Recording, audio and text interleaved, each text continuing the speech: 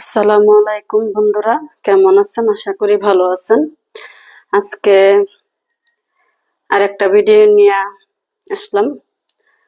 আজকে করলা ভাজি করব আর সাজনা দিয়ে আলু দিয়ে আর ট্যাংরা মাছ দিয়ে রান্না করব। তো সাথে থাকেন, দেখেন কিভাবে পাক শাক করি। আশা করি ভালো লাগবে। আসসালামু আলাইকুম বন্ধুরা, কেমন আছেন? আশা করি ভালো আছেন।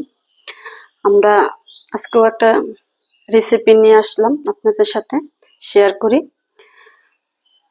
সাজনা দিয়ে আলু দিয়ে ট্যাংরা মাছ দিয়ে রান্না করব আর করলা ভাজি করব। তো সাথে থাকেন, ভিডিওটা আশা করি ভালো লাগবে দেখে।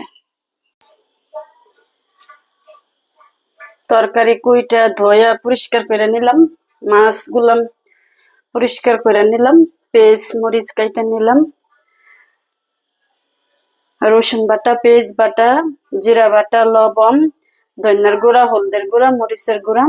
মানে তরকারিটা বসায় দিব। আগে মাছ ভাজবো, পরে করলা ভাজি করবো, পরে তরকারি বসাবো। বিসমিল্লাহ।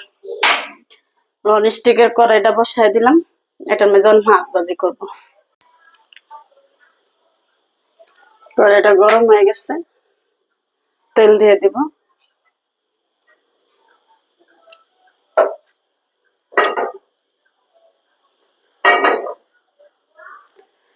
মাছগুলো দিয়ে দিব। বিসমিল্লাহ। ট্যাংরা মাছ তো ভাজা রান্না করবো, শুধু মাছটি ভাঙ্গা যা, এই জন্য।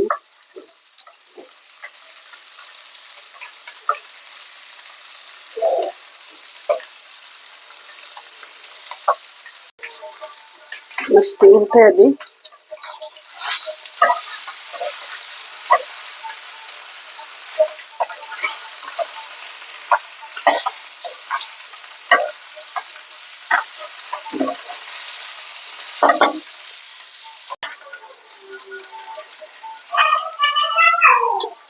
মাছটি ভাজা হয়ে গেছে, নামাই ফেলাই।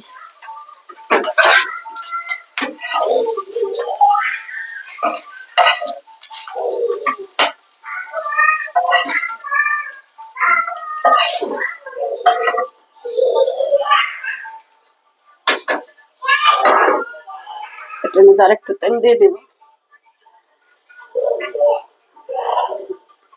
করলা ভাজি তেল না হলে ভালো লাগবে না,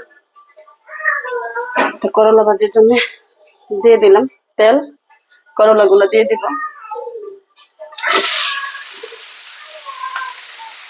আমি করলা ভাজি একসাথে দিয়ে দিই, তেলের মধ্যে দিয়ে দিই। আমি পেস্ট কুচি দিয়ে দিব, কাঁচামরিচ দিয়ে দিব আর লবণ দিয়ে দিব।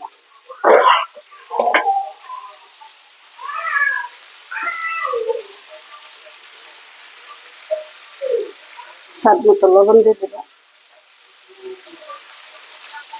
অল্প একটু হলুদের গুঁড়ো দিয়ে দিব।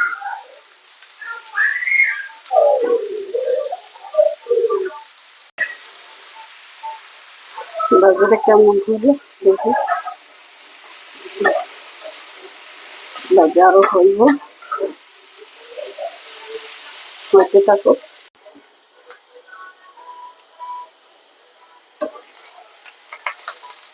ভাজিটা হয়ে গেছে, নামায় ফেলাই। কি সুন্দর ভাজিটা হয়েছে, মচমচে। করলা ভাজি মচমচে না হলে ভালো লাগে না।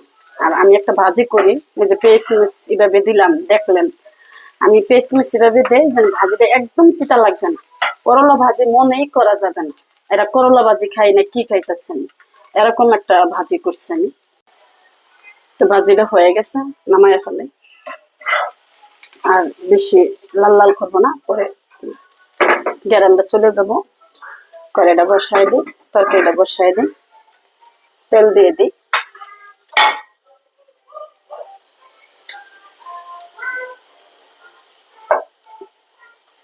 পেঁয়াজ কুচি আর কাঁচামরিচ দিয়ে দিই। এটা একটু ভাইজা লাল লাল করে পরে মশলাগুলা দিব।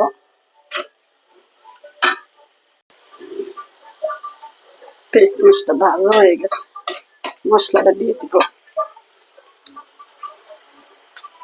পেঁয়াজ, রসুন, জিরা বাটা, স্বাদ মতো লবণ, ধনিয়ার গুঁড়া, হলুদের গুঁড়া, শুকনো মরিচ সবকিছু দিয়ে দিলাম।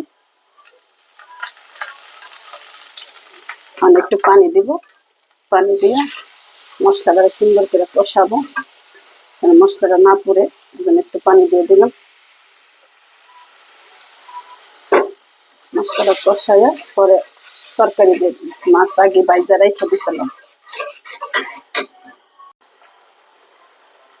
মশলাটা কষানো হয়ে গেছে, দিয়ে দিব সাজনা গুলা আর আলু গুলা। একটু কষাইয়া পরে ঝোল দিব আর মাছ দিব। মাছটা আগে ভাইজা রেখে দিছি, মাছ কষাইয়া দিলে মাছটা তো ভাঙ্গা যায়, এজন্য মাছটা ভাইজা রেখে দিলাম। তরকারিটা কি অবস্থা, কষানো হয়ে গেছে, জলের পানিটাকে দিয়ে এলো।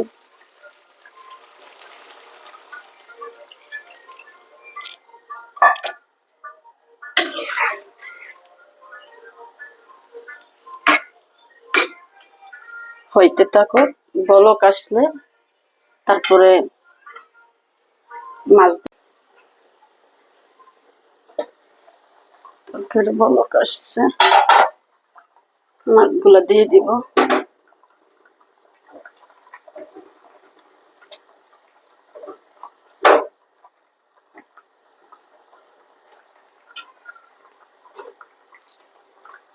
দিছি মাছটা না ভাঙে, এই জন্য দিছি, বেশি লড়া দিব না।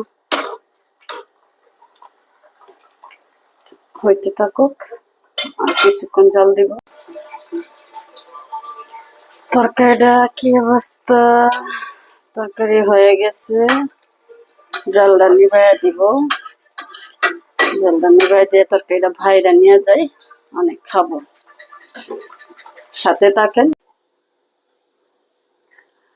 রান্না বাড়া করলাম, রান্না বাড়া শেষ, মানে খাবো, খাইয়া দেখবো তরকারি কেমন হয়েছে। আগে ভাজিটা নেই, করলা ভাজি, সেই স্বাদের করলা ভাজি, দেখতে দেখা যায় অনেক স্বাদের। ট্যাংরা মাছ দিয়া সাজনা, সাজনার তরকারিটা আমার খুব পছন্দের।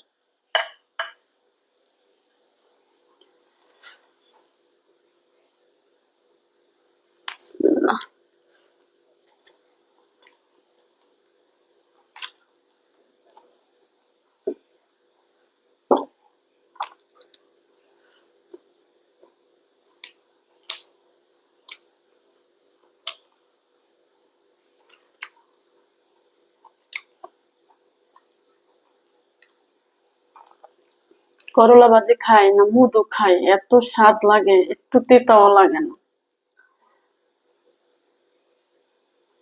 ট্যাংরা মাছ, দেশি ট্যাংরা মাছ, খুব স্বাদের মাছগুলা।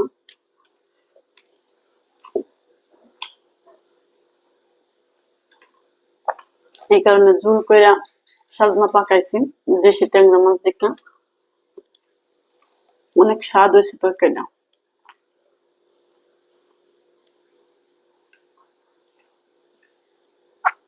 অনেক কথাই বলি আপনাদের সাথে, বক বক করে সারাক্ষণ, কিন্তু ভুল থাকলে ক্ষমা দৃষ্টিতে দেখবেন।